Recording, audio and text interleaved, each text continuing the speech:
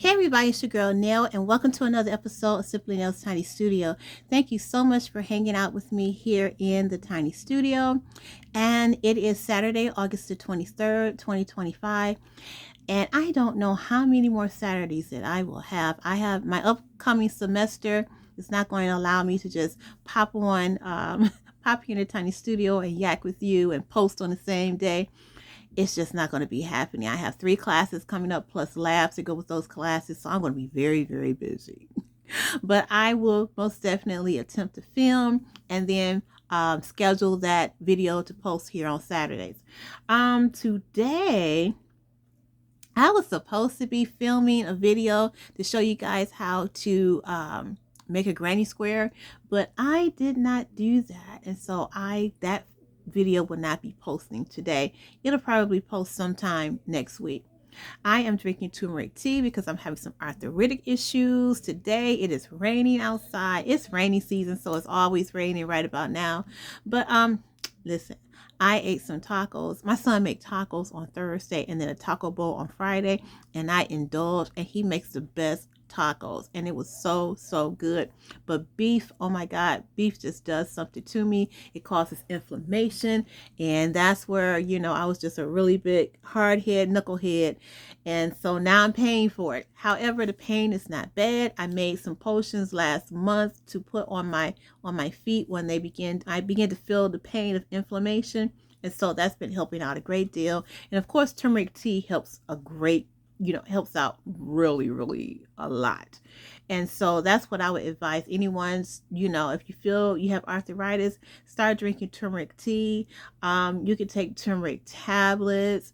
There's a lot of stuff like capsaicin that you can take because that's one of the ingredients of cayenne pepper that you can use to put on your feet or on your arthritic limbs. That helps to alleviate the inflammation and the pain. So there are several things that I'm doing right now to try to prevent myself from taking any type of pharmaceutical drugs. So we'll see how it works. So today at the Tiny Studio, I am going to be trying to sort through my yarn because I'm going to be doing some yarn winding today. And I don't know if you will hear it or see it here in the Tiny Studio, but that's what I'm going to be working on today. I'm getting ready to put my yarn winder on the workbench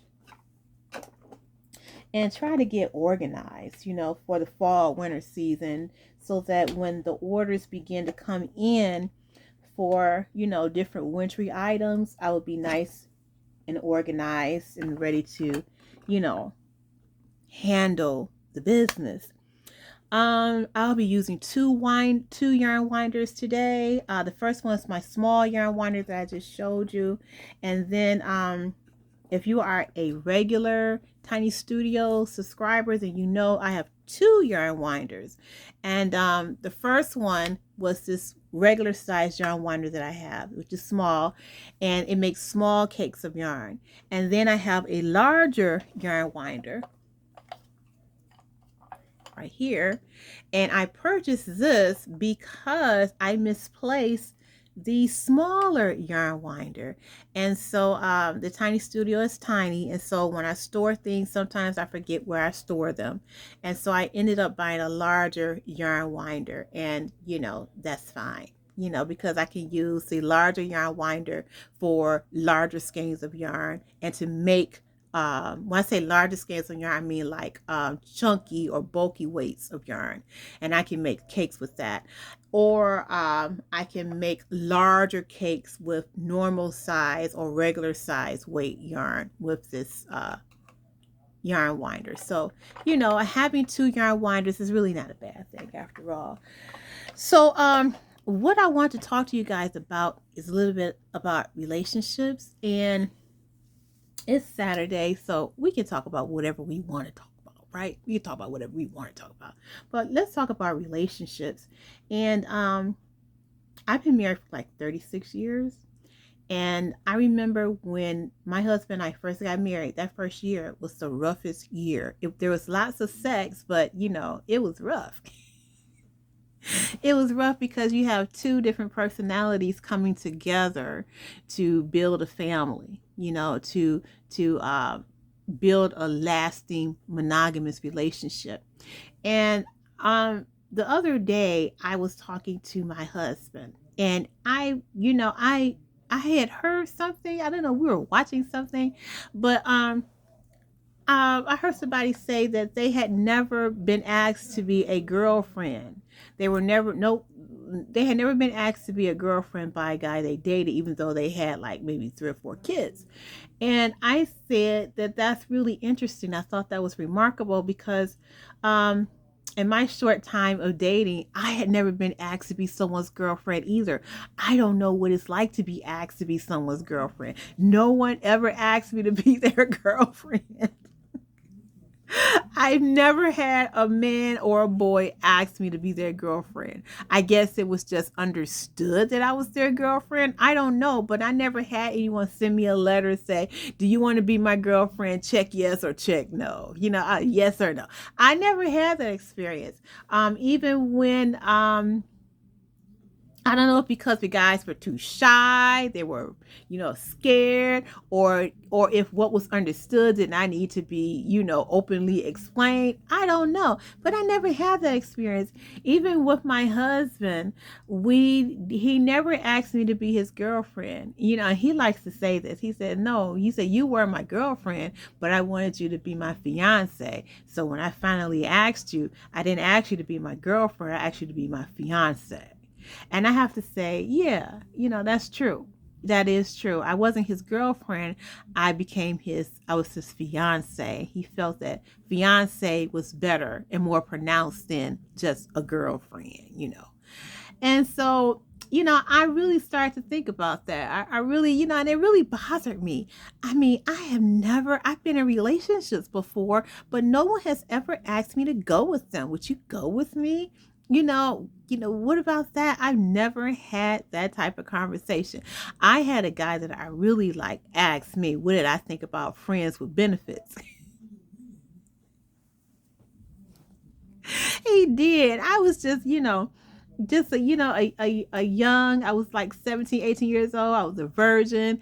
And he asked me, what did I think of being friends with benefits? And I was like, I knew what that meant, but I really wanted to be his girlfriend. I didn't want to be a friend with benefits. I wanted to be your girl. That's what I wanted. Like Anita Baker said, I want to be your girl. I don't want to be no friend with benefits. What kind of bull is that? And so, he stopped really hanging around after I said no.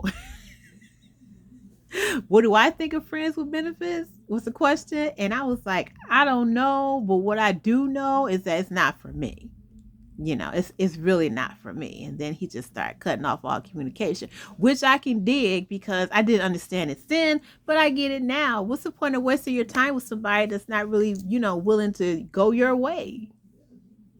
So anyhow, I've thought about that a lot, about being in a relationship that's undefined. And, maybe that was part of my problem, is that I was afraid to have the relationship defined for me. And I was always waiting for the guy to define the relationship when in essence, I really should have been defining the relationship for myself. So before my husband, I was involved in other relationships, and, in those relationships, I'm guessing it was understood that we were together, that we went out together, we, did things together, had dinner and all of those wonderful things, and, was intimate and stuff like that, but, am I your girlfriend? Are you, in my mind, you're my boyfriend, but am I your girlfriend? And because of my sensitivity, and because I was afraid to ask the question, that led me down many different pathways and scenarios where I ended up hurt, because I was afraid to define the relationship or have the relationship defined. And because of my refusal to speak up for myself, that led to a lot of heartache, because the people that I was involved with, they were not or less than forthcoming or honest with me. And when push came to shove and I had to confront them, they had the automatic out of being able to say, well, we never said anything. I never said anything serious about us. I didn't say you was my girlfriend. I never, looked at myself as your man. Or how about one guy said this to me? Well, you know what? There were times when you were my girlfriend, but then, there were other times when, you were not my girlfriend. Go figure. I have heard it all. And, that was because of my own insecurities, so young ladies, when you're out here dating, you have to speak up for yourself. You have to be your own advocate in these relationships. You have to know exactly what the relationship is, and don't be afraid to define it. If we're just friends, then we're just friends. If we're friends with benefits, then we're friends with benefits. If we are boyfriend, girlfriend, or whatever you guys are calling today, then that's what it is. And don't be afraid to speak up, ladies. Don't be afraid to say, hey, are you my man? Am I your woman? Are we together? Because when you don't speak up for yourself, then guess what? You find yourself in a trick bag like I did, and you're sitting around trying to figure out, I thought we was together. Why are you cheating on me? Why are you at the mall with another girl talking about you guys just got engaged when, you and I went out to dinner and we just hung out last week? Where's she come from? I've been hanging out at your house, every day. Every day I get off work, I come over to your house and we sit down and we have lunch together and we talk together and we kiss and we hug and we do all the things. But now here you are at the mall talking about you're engaged. Girl. And that's because what I didn't know was that I was not the girl. I was just somebody to play around with. I was just the toy. I was just somebody that I was just the person who made this man, this dude feel good, but I wasn't his person. I wasn't the one. And so, it really went back or came back or boomerang back to me because I did not define things. I did not sit back and say, hey, what is this? I was too afraid to say that. So, that led to a lot of heartache. Or how about women calling my house and telling me, you need to leave my man alone. What are you talking about? That's my man. No, it's not. This has been my man for 3 years. I don't know where you came from, but I found your number in his wallet and I'm letting you know that this is my man. And then I'm like, what is going on? Why is this happening to me? Why do these things keep happening to me? Well, maybe it's because, Nell, you're not doing your due diligence. Before when a guy asks you out and you go out on that first date or that first conversation that you have on the phone with a young man, and these days on the internet, the first conversations you need to have is, what is your purpose? Why are you talking to me? Why did you select me to talk to, to text, to message with? Why me? Well, because I like you. I think you're a cool girl. But do you have somebody? No. Are you dating somebody? No. Well, I'm looking for a person. I'm looking for my person. I'm looking for a boyfriend. I'm looking for a future husband. I'm looking for a fiance. Is that you? Are you looking for the same things that I'm looking for? No. Well, then you and we can't talk. And it doesn't matter how fine he is, ladies. It doesn't matter how much money he has, what kind of car he's driving. If you guys are not aligned, then don't go out with him. Don't put yourself in a situation where you're in a trick bag and it's of your own making. Because see, I found that out as well. When you may see someone you like and he may be fine or she may be fine. And you be like, oh yeah, I like this. I like this. I like this. But when you start talking to them, you realize that you're not aligned. But then in your mind, you're like, well, I really like him and maybe this can work. It's not going to work because he's never going to come around to how you feel. And I learned that the hard way as well. I had this thing where it wasn't necessarily that I can change him, but yeah, I can change him. I can make him begin to think the way I think or come around to my point of view. And he'll be able to see that the way that he reasoned on certain things was wrong. And, he'll soon come over to my side of the aisle. And then, we can live happily ever after. That's a bunch of bull too. Because usually when a man tells you that he is W, X, Y, and Z, he's going to remain W, X, Y, Z until he dies. Or until he feels the need to change. But you're not going to be the catalyst for that change. Do not tell yourself, oh, yes, hey, if I do this and that or the other, he'll change for me. No, he won't. He's only going to change for himself, and he's only going to change because he feels it's necessary or deems it necessary to change. You young ladies, you sisters, you women of a certain age, you can't change him. He's going to be who he's going to be, and you just need to realize that. And so a lot of us get burned in that way. A lot of us. I mean, I was one of those people. So when I sit back and I say, well, hey, I've never been someone's girlfriend. That was my own fault. That was my own fault because I was afraid to advocate for myself. I was afraid to step out here and say, hey, this is what I want. What do you want out of a relationship? What do you want out of a romance? What are we doing? Are we dating or are we just hanging out? And does hanging out mean that part of hanging out means that I have to give up the goods to continue to hang out with you? What are we doing? What are we doing? Let's define this because I need definition. I need to know what it is that I'm walking into, because if I get burned, I want to be able to understand the lesson, because there's a lesson in everything. So I want to get the lesson. I want to know what it is that I need to know to learn from this episode of ridiculousness. And so that's why when my husband and I were talking about that, and we were talking about how I have never been asked to be someone's girlfriend. And we were talking about that. He was like, well, it's sad that no one's ever asked you to be their girlfriend. But ultimately, at the end of the day, someone asked you to be their wife. And you've been that person's wife for 36 years. So think about that and what that really says. And, I agree with the hubby. I agree with him because in the end, no, I did not get asked to be someone's girlfriend.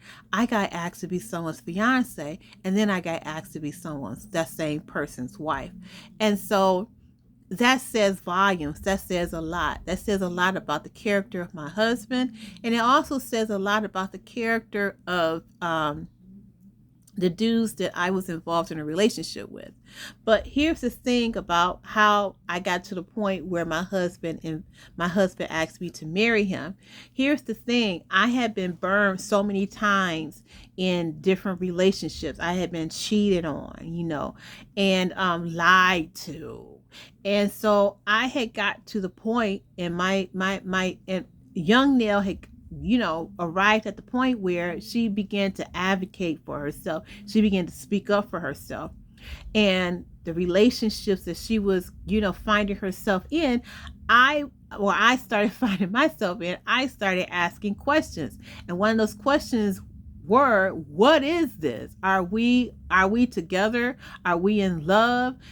Kind of like, the 3 Degrees said, when will I see you again? Is this the beginning of the end? What is the deal on our relationship? Is this a relationship? I began to ask those questions, and asking those questions, I started weeding out people who were not going to do me well as far as a romance is concerned. Now, that's not to say that I didn't date. That's not to say I didn't go out for a dinner and a movie, because I did. But I made sure that if it was somebody I was really digging, that I asked those questions. So with my husband, I asked those questions. I asked him and I let him know, look, I like hanging out with you. I like going to the movies with you. I like going out to dinner with you. But what we are not going to do is we are not going to become involved in a relationship that goes absolutely nowhere. So you're going to have to ask yourself at this point in time, what do you want to do? How do you see yourself? Do you see yourself being in a relationship with Nell? Do you see yourself in a relationship that progresses with Nell? It doesn't have to progress in marriage. I never said the word marriage, as a matter of fact. I just wanted the relationship to be defined. I wanted to know, what are we? Because what we're not going to do is we're not going to be friends with benefits. We're not going to sleep together and you know, you get to do whatever you want to do and I'm in a situation where, you know, because I don't do that. You know, I've never been that type of person. I don't do that. When I'm with a person, I'm with them. You know, so I've always been that type of woman. However, you know, I know that there are men who don't believe in that. And so what I learned is that I wanted to make myself plain. I wanted to make it clear that, hey, this is what I want. This is what I see. I see a relationship with us. You know, I see us doing things together. I see us building something here. If that's not what you want, let me know. And so that's what I did. I told him that. I said, let me know. Because I am really digging you. I'm really digging hanging out with you. I really love going to the show with you. I really love cooking dinner for you. I love doing all the things. But let me know what it is that you want. Because I'm getting involved. So let me know what it is that you want from me. And if they're not aligned, then we can just keep it casual. Keep it casual, you know, and then that means keeping it casual it means to me that I can see other people and so can you, and we'll just keep it like that, you know. So I told him to think about it. I did. And he went and he thought about it. He thought about it. So when he asked me to marry him, and he asked me twice, but he asked me to marry him, I was shocked because I was like, hold up. Hold up. That is not what I was talking about. What I was talking about is, you know, do you want to be my boyfriend? You know, do you want me to be your girlfriend? I mean, I wasn't thinking way up there. I was just thinking, you know, do you want to be my boyfriend? Do you want us to be in a relationship? Call it a relationship. Is that what you want? I hadn't even thought about marriage. Marriage was like way, way, way down the line for me. But he came back and he asked me to marry him. And I was just, you know, floored. And I've been married to this man for 36 years now. And every day it seems as if, you know, it gets better. If I could really say that, it gets better with time, as the whisper said. So, ladies, you have to advocate for yourself. You have to be your best advocate. You have to be your own best friend in relationships today. You cannot leave it to chance. You can't leave things that's unsaid. Leave things unsaid because you're afraid, because you really dig this guy and you don't want to lose him, so you're afraid to rock the boat. You have to rock the boat. You have to be your own advocate in relationships. You have to put down the borders, put up your boundaries.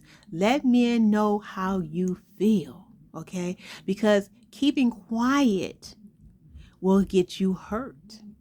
You have to be your own advocate. You have to step out here on faith and know that, hey, this is where I'm going. This is what I want.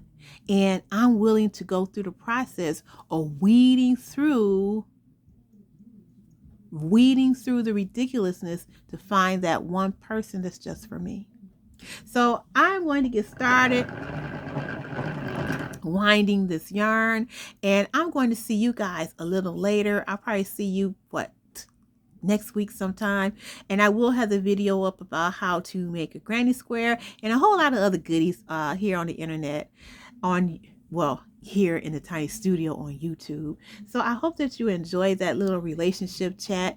And let me know if you'd like to hear more stuff about that. Hear more stuff about myself and my life and, dating, relationships, marriage, and things like that. And because we can chat. I have a few minutes. I will see you next time in the tiny studio. I'm your girl, Nell. Bye bye.